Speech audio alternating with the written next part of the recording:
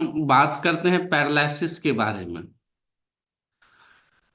सबसे पहले पैरालिसिस के बारे में बात करें तो है क्या। पैरालिसिस को देखिए हम पक्षाघात या लकवा के नाम से भी जानते हैं। पक्षाघात लकवा के नाम से भी जानते हैं। ये शरीर के जिस अंग में अटैक करता है, उस अंग के शरीर जो होता है असंवेदनशील हो जाता है। उनका मूवमेंट, उनका गतिविधि नहीं हो पाता है। आजकल प्रायः ऐसा देखा जाता है कि ठंड के मौसम में, यहाँ तक कि एक सर्वे आ रहा है, हार्ट अटैक के बाद ज्यादातर पैरालिसिस लोगों को आ रहा है। पैरालिसिस के झटके आ रहे हैं, नसों में खून का जमना स्टार्ट हो जा रहा है। तो पैरालिसिस एक गंभीर बीमारी है। इससे शरीर के उस भाग की संवेदनाएं खत्म हो जाती है। हमारी मांसपेशियां जो है वो गतिविधि करने में अक्षम हो जाती है। तो ये हमारे पैरालिसिस है। इसका मुख्य कारण है स्ट्रोक, रीढ़ की हड्डी में चोट, मल्टीपल स्क्लेरोसिस जैसे तंत्रिका विकार, नर्वस सिस्टम। असल में होता क्या है कि हमारे नसों में जो कार्य एक विटामिन की, विटामिन B12 की होती है, हाँ, वो खाली पड़ जाता है। वो उसमें कमी आ जाती है। जो ठंड के कारण जो होता है, जो होता है हमारे नस में, जब विटामिन B12 की कमी होती है तो ये संभावना ज्यादा होती है।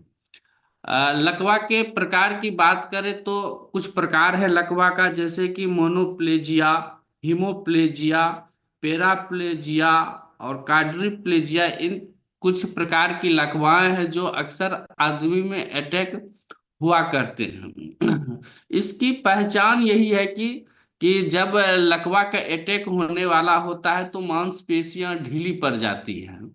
हाँ, मांसपेशिया में सिकुड़न आ जाता है। हाँ, अनियंत्रित झटके आना शुरू हो जाता है।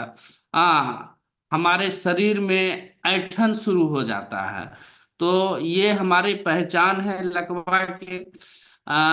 अगर किन्ही लकवा किसी को अटैक आ रहा है तो उस स्थिति में सबसे पहले क्या करना चाहिए। तो घर में अगर तुलसी के पत्ते हो, तुलसी के पत्ते, दही और सेंधा नमक को, उसको बराबर मात्रा में मिलाकर उनके शरीर पे ये लेप लगाना चाहिए। अगर हो सके तो लाल रोशनी का फॉक्स उनके उस भाग पे दे के सेकना चाहिए। इससे क्या होता है कि उसको कुछ राहत मिलता है। और ज्यादा अगर ऐसी कोई समस्या आए तो उसे तुरंत चिकित्सक के परामर्श लेना चाहिए। चिकित्सक के परामर्श लेना चाहिए। लकवा लकवा में क्या कहते हैं कि अगर आप कुछ व्यायाम करते हैं, एक्सरसाइज करते हैं, तो जैसे कि पवन मुक्ता आसन, वज्रा आसन, भुजंगा आसन, श्वसन प्रणाम जैसे कि अनुलोम विलोम, कपाल भाती वगैरह वगैरह, इन सब सारे अगर व्यायाम करते हैं तो हमें लकवा से बच सकते हैं। आ, लकवा एक्चुअली में होता क्या है कि जब ठंड के मौसम में शरीर में जब मिनरल्स, विटामिन्स की कमी होती है तो शरीर एक सूना पड़ना स्टार्ट हो जाता है, जिसके कारण वो लकवा होता है। लकवा में हमें खाना में जो है खास करके नमक से परहेज करना चाहिए। लकवा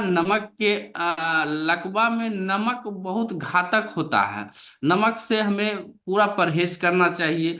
खाने में हमें रंग बिरंगे फल, फूल, सब्जी, पत्तेदार सब्जियां, ब्रोकली, जामुन, खट्टे फल वगैरह वगैरह, ये सब खाना चाहिए।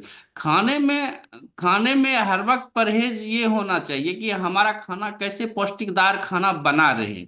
आजकल के समस्या क्या होता है कि खाना जो भी हम खा रहे होते हैं, जैसे कि अभी कुछ दिन मैंने सर बता रहे थे कि ऑप्टिमल हेल्थ के बारे में, कि अर्न जो है एक्सरसाइज तो है ही महत्वपूर्ण, रेस्ट और पॉजिटिव एटीट्यूड, ये सारी चीज तो है ही, लेकिन अगर सबसे बड़ा पार्ट को देखा जाए तो वो न्यूट्रिशन है।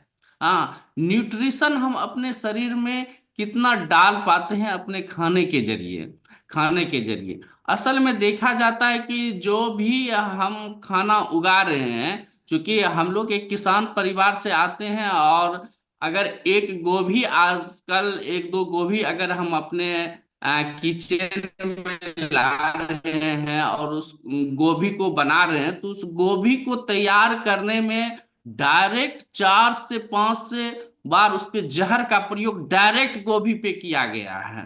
हाँ, और एक गोभी पर 150 से 200 ग्राम उर्वरक उन पर डाला गया है। हाँ, और जहर डाला गया है उसके जड़ में, तब जाके वो तैयार हुआ है।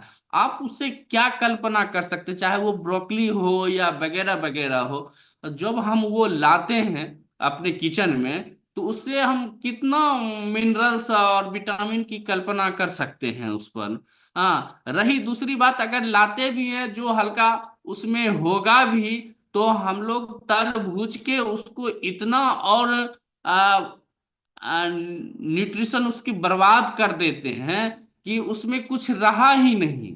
तो हमें ये निश्चित करना चाहिए कि मेरा जो खाना है, हाँ, वो कैसे न्यूट्रिस्ट खाना हो। हाँ, ऑर्गेनिक तरीके से अगर वो खाना अगर पक रहा है, या अ, या ऐसा कोई हम ले आ पा रहे हैं कि जहां पर अपने बागवानी में उगा के अपने लिए कुछ उगा के अगर इसमें हम अथी कर रहे हैं, तो इसमें हमें बचा जा सकता है। अगर हमें ऐसा नहीं हो पा रहा है, तो हमारे पास एक न्यूट्रलाइट के है, जिसमें न्यूट्रलाइट डेली प्लस जो है, इसमें काफी कारगर होता है। न्यूट्रलाइट डेली प्लस, और क्या कहते हैं, फूड फ्रूट्स एंड वेजिटेबल्स, हाँ, तो विटामिन सी, ये सब लेके हम इस ठंड में इससे बच सकते हैं। लकवा के प्रकोप से हम बच सकते हैं, क्योंकि ठंड ज्यादा है। ऐसे पेशेंट को हमें यहाँ से बचना चाहिए, इस सब प्रोडक्ट लेके बचना चाहिए, या नहीं तो हमें इससे थोड़ा सा परहेज करना चाहिए, एक्सरसाइज करना चाहिए, जिससे कि हम अपने अथी को सुधार सके। तो मैं इतना ही आज इस पर कहना चाहूंगा। बैक टू होस्ट सर के पास।